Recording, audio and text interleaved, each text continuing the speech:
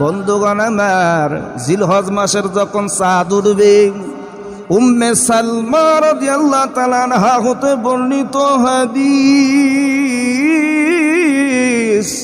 আল্লাহ নবী বলছেন, তোমরা যারা কুরবানি দেওয়ার নিয়াত করবে, প্রথম জিলহজ মাসের 1 তারিখ থেকে 10 তারিখ পর্যন্ত তোমরা যেন চুল, দাড়ি এবং নখগুলো না কাটো। কথা বোঝেন? যারা কুরবানি দেওয়ার নিয়াত করবে অবশ্যই জিলহজ মাসের যখন চাঁদ উঠবে, পহেলা জিলহজ শুরু হয়ে যাবে, 10 জিলহজ পর্যন্ত নখ, দাড়ি, চুল, মোষ কাটা যাবে না। আল্লাহ নবী নিষেধ করেছেন, এর মধ্যেও হাকিকত রয়েছে। এবার আসুন কুরবানির হাকিকত জানি। আমরা জানি আল্লাহর একজন পয়গম্বর ছিল হযরতে ইব্রাহিম নবী। আল্লাহ রাব্বুল আলামিনের কাছে দোয়া করলেন মতান্তরে 80 বছর বয়সে, যে আল্লাহ আমার একটা নেক সন্তান দান করেন। রব্বি হাবিলি মিনাস সালিহিন।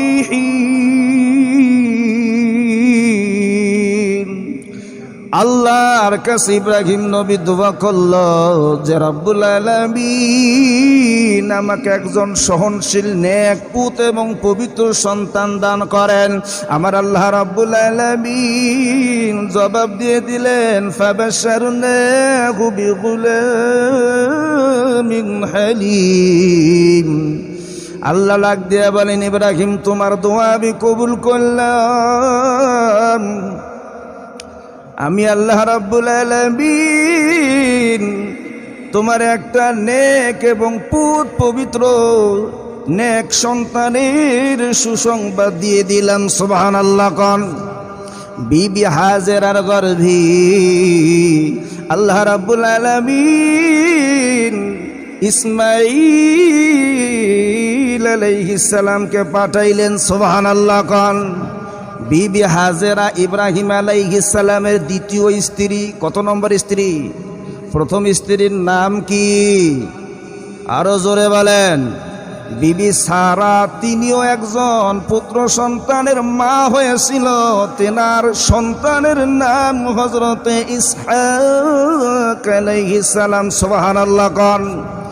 বিবি সারা পৃথিবীর মধ্যে শ্রেষ্ঠ সুন্দরী ছিল, বিশ্ব সুন্দরী। আল্লাহ রাব্বুল আলামিন এত সুন্দর করি বিবি সারাকে বানাইছেন। পৃথিবীর মধ্যে 4 জন মহিলাকে আল্লাহ পৃথিবীর